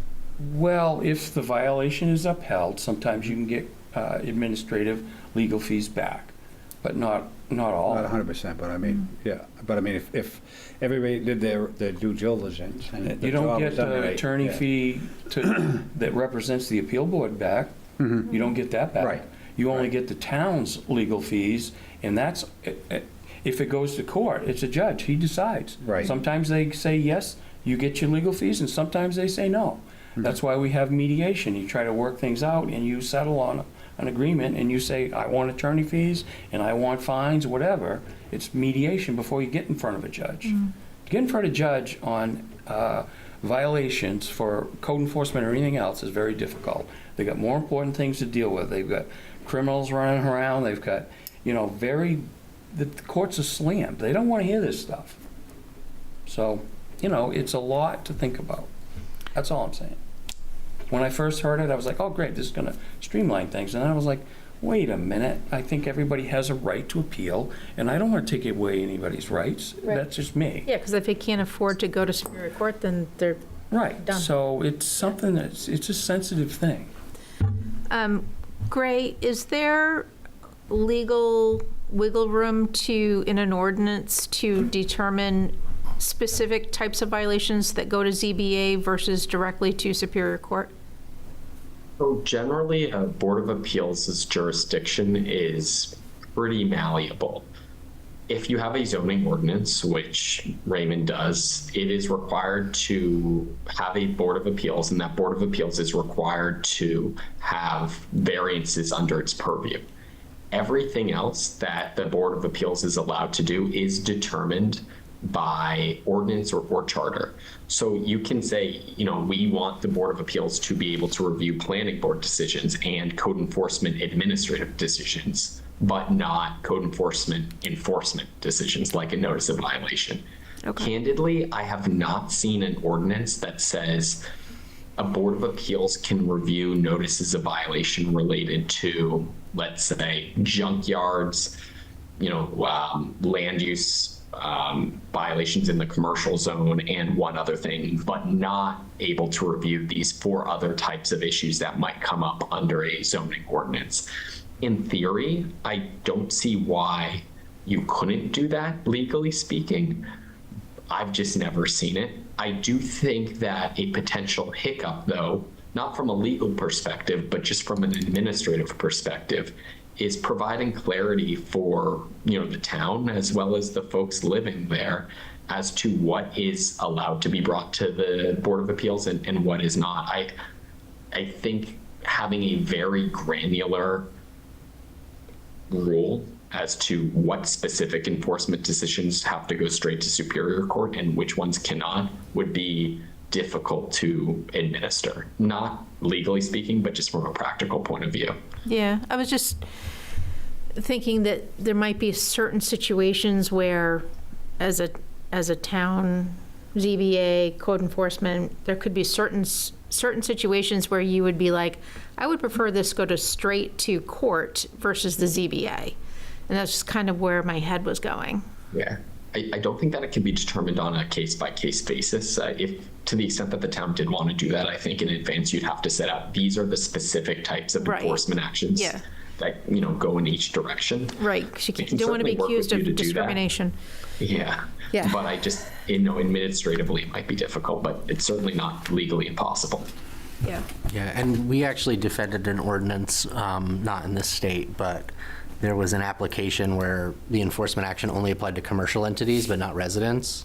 And then it was sort of, I don't know what the word is, like the equal opportunity, whatever you want to call it, but we had to basically enforce the ordinance for everybody, and not just I don't know if you could do commercial entities who were. Yeah, I think that would be an equal protection issue. Yeah, it was an equal And, protection again, issue, and we don't quote lost. me on that. I'd want to look into a little bit further. You couldn't have different classes of, entities or people subjected to one rule versus another. But I think you could have different violations or areas of town that are subjected to different rules.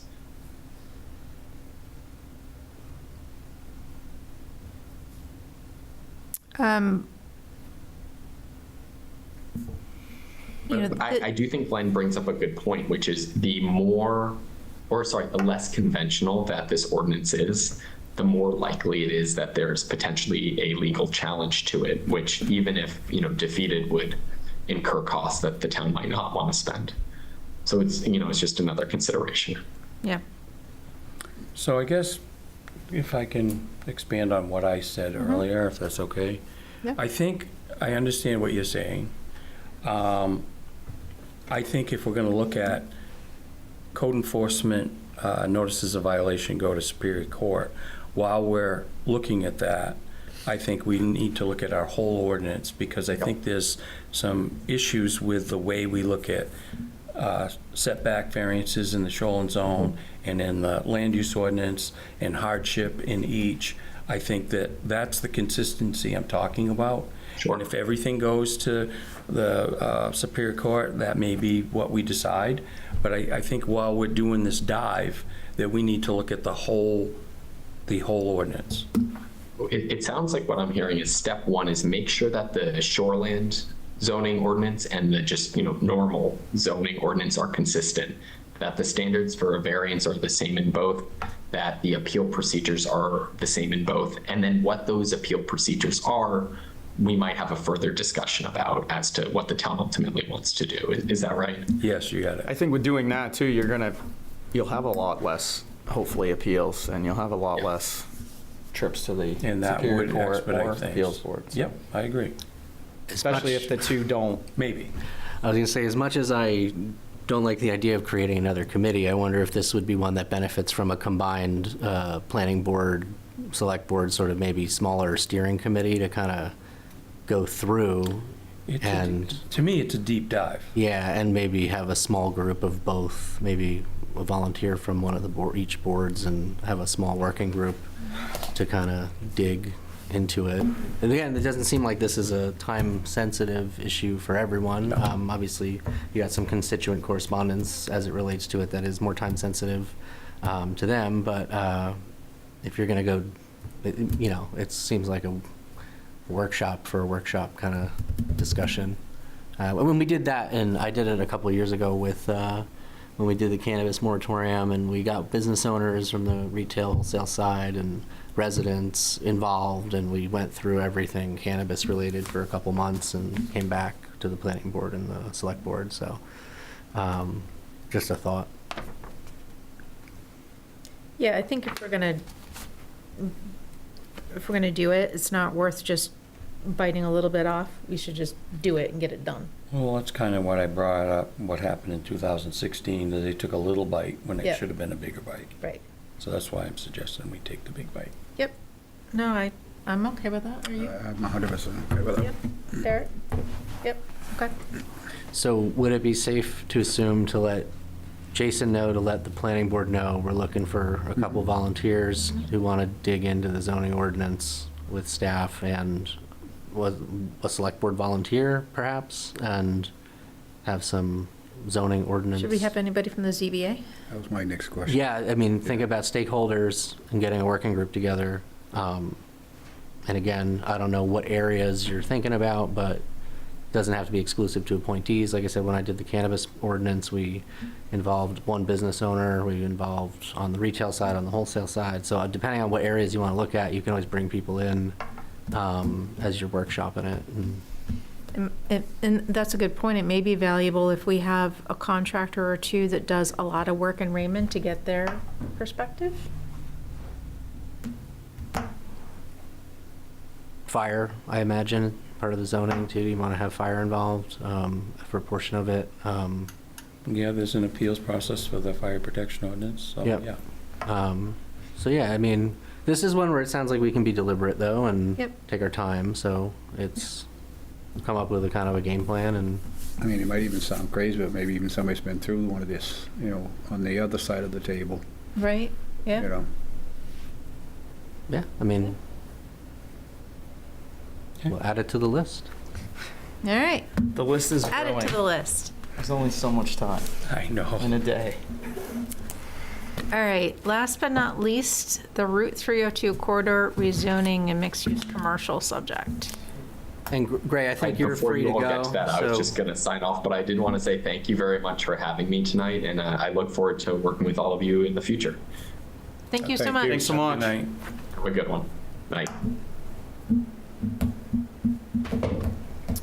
So this one, like I said, this was a request from the Select Board workshop. There's been constituent correspondence and discussion as it relates to mixed-use zoning along 302 corridor. So I'll kind of kick it off to you guys and just, again, open discussion. Yeah, I went to the planning board, this last planning board meeting I usually watch on YouTube. And there was somebody brought it up, they brought it up at our meeting. It's been brought up in the planning board now. And then when we did our sticky note workshop, I think we were all in consensus that that's the only space left to bring in maybe some commercial revenues for taxes. I don't know, I just know now it's the third time it's been brought up, so that's why it's on here, I believe. I think it makes sense. And it sounds like you're doing a deep dive on the zoning ordinance, so this Yeah. may be one piece of it that is part of that. What do you Yeah, I think they've already You look started. out that way. Yeah, I mean, the hard part of that is a lot of that land's not really usable, because you got a lot of marshland, you got a lot of, wetlands. Right, but what it does is, you can change the zoning there, but it doesn't change the marshland. So you can have this be mixed use, but if it's a swamp, Well, no, I think it's It's a good still a idea. I swamp. mean, It I'm can't be not a- against, I'm just saying, in You the can't big just picture, fill we it in can't, and- right, we can't.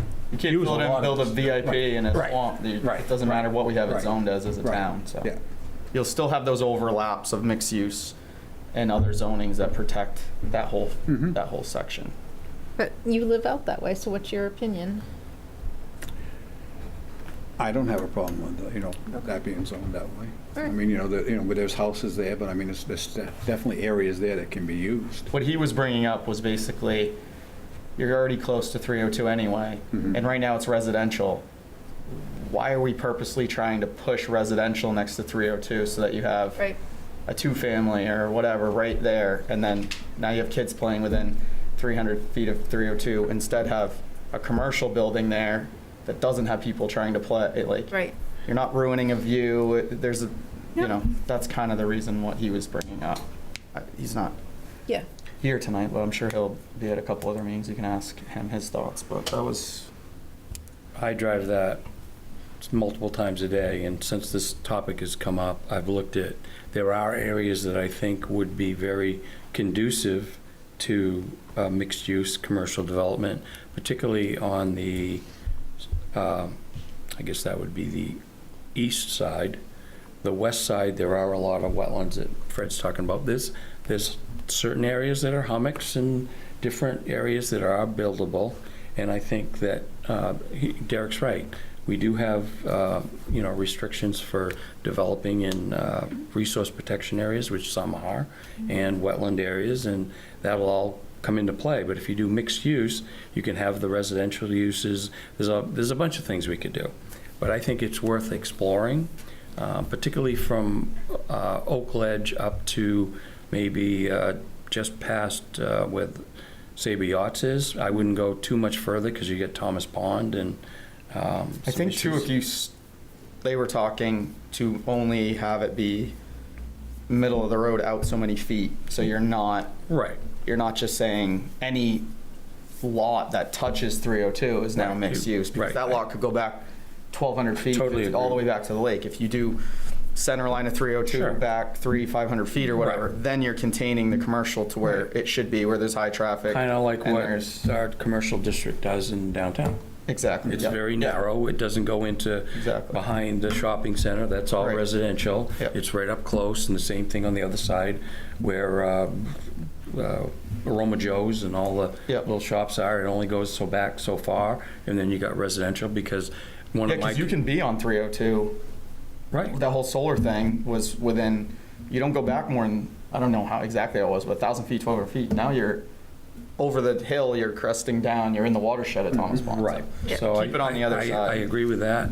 I think it needs more review and discussion, but I'm all Mm-hmm. for doing something up there. Well, it also fits in with our comp plan too, Yes, it does. because you could have somebody come in and build a business and then over the top have Yeah. apartments. Right, exactly. And the state law just changed that too, where basically anything zoned commercial that's multi-level, Add another story. they can have it be residential, and where the local control kicks in is your local ordinance can restrict commercial to the first floor only. Yep. But I think now under the expanded state law, anyone in a commercial zone who has multiple floors can convert any of their commercial to residential under the new statute.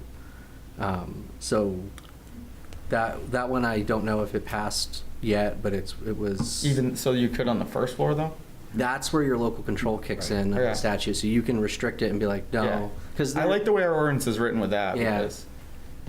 Because it's another safety net, because you're on the first floor and you have residential, and you're Kids 100 running feet out from in the 100. street, yeah. Then people are gonna put in apartment buildings right next to the road, and you're just gonna have, Yeah, you already have issues with the speed and the traffic. It's not really a place for, my grandma used to tell me to go play in the street. I think she was hoping something.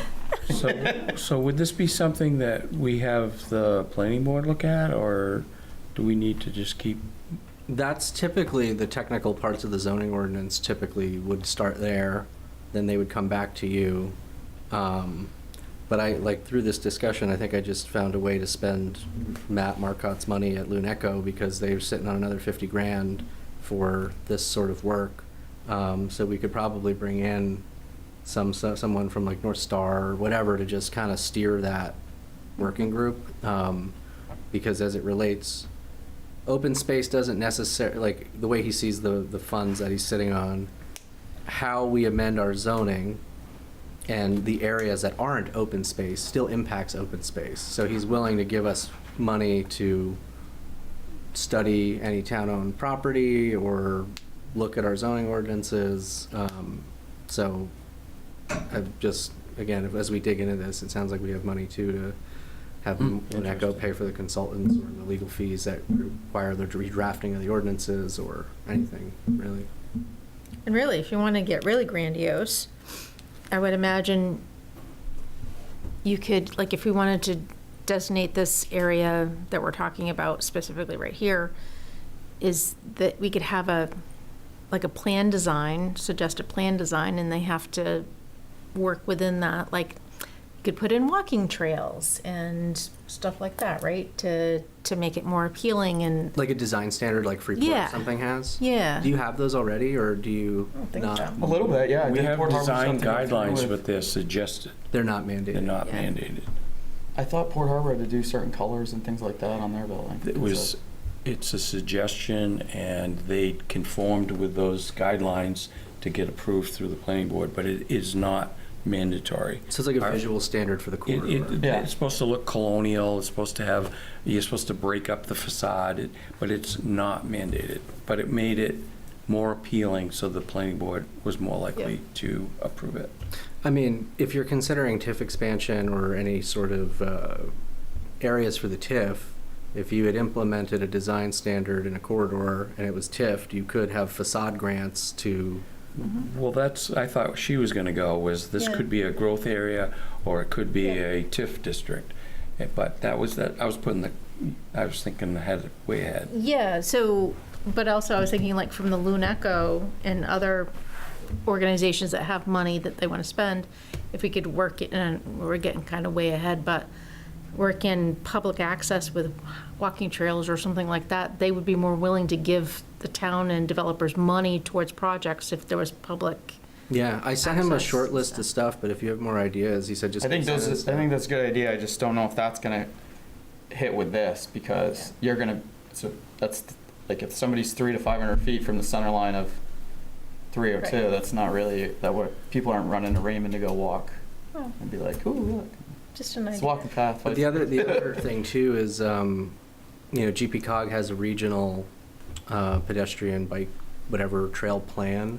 So if those areas fall into the areas they've identified, you can tap into some of that PACTS money too. Like, Yep. we just got the UPI funding to get design work, a grant to do design work, to look at a sidewalk from Main Street to Sherry Gagnon so folks can walk up to the park. Right. Because it touches that federal highway and the state road, so like, if there's other stuff we can tap into for that as well. The other thing that Glenn and I were talking about earlier today was that's an area that we could extend the water line up to encourage the development of commercial development and residential development, obviously. But there's grant monies available for that. Just under the fire barn, right? What? Just $1.5 under the fire barn, billion right? grant dollars are available. Holy crap. But I So talked. if you really want to keep going with this, it can leapfrog. Yeah.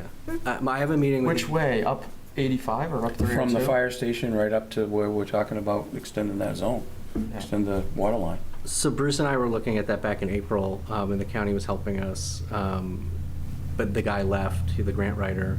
I have a meeting tomorrow with the federal director person of that program. It sounds like the money's there if it impacts your local economic development. So I think you would have a strong application if public water extension touched one of those industrial zones along 302. Savory Yachts. Touched the area on Meadow Road where Dielectric is, but it also gets you closer to other places where you may need fire suppression at a public works garage. Now we're closer to Plains Road. The elementary school tested one of the highest in the state for PFAs, so they'll have to put a mitigation system in at some point or connect to public water. And if we could get a grant, that might save them money down the road from having to drill new wells, or maybe they did drill new wells already, but Yeah. I think they did.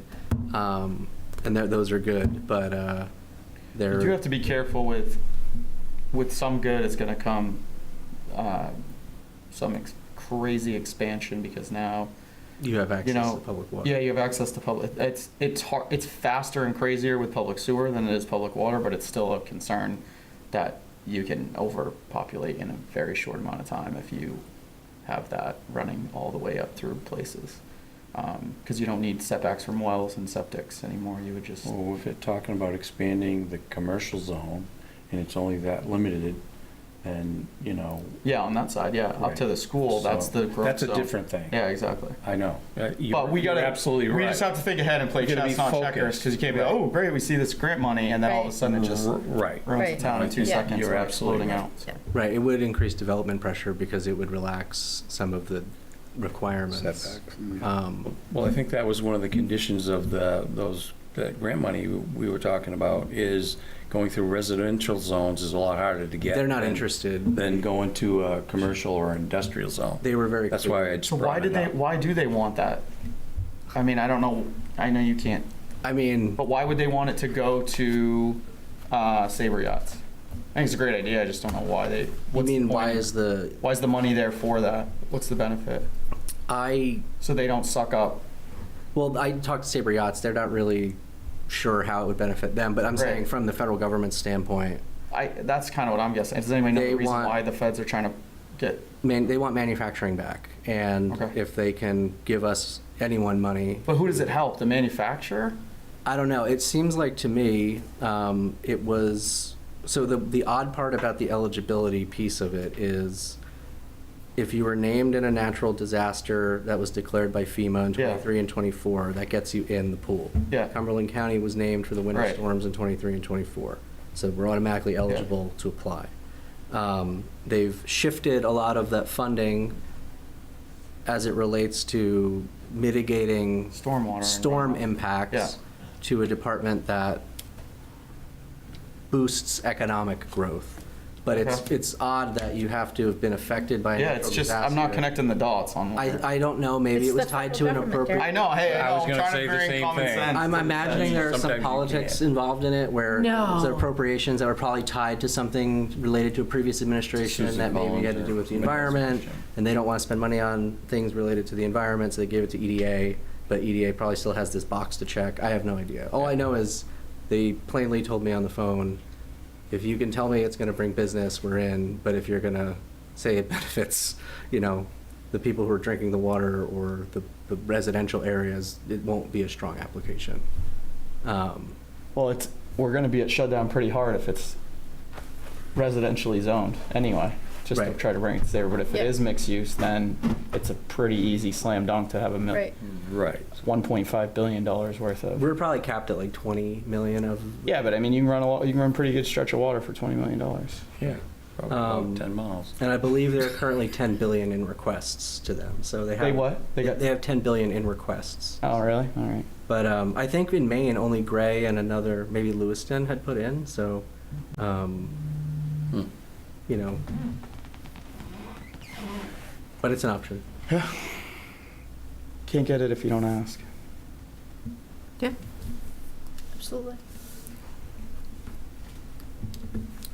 All right, anything else? Untapped. I'm good? I'm all set. Oh, you have some hands. Oh, hi, Grace. Hi. Are you all done with your discussion? I think so. Okay, so I was just going to ask to speak for a minute. Sure. Let me lower my hand. There we go. I'm glad to see that the recall for the echo is happening all along on Zoom. It's glad to see that you're looking at the recall ordinance. It does need a lot of work. And so I would encourage you to look at what you've already said, have something more by way of criteria and not just an open-ended reason, but have some validity to why somebody's looking for a recall. It's a very serious issue. It's overturning a free and fair election, potentially. But I also would encourage you to look at the number required for signatures on petitions for recall, and also to look at the number of voters needed to participate in the recall. I think that the town manager provided you a couple of good examples from Gorham and Kennebunk to work from. I'm sure there are others. We had looked at a lot ourselves last year. And so I look forward to seeing what comes out of your discussions and seeing this ordinance made to be a lot fairer. As I see it right now, it could be very partisan in nature. You've all stated you don't think things should be partisan on the select board. I agree. And so I look forward to this being modified in a way that much fairer than what we have now. Thank you. Thank you.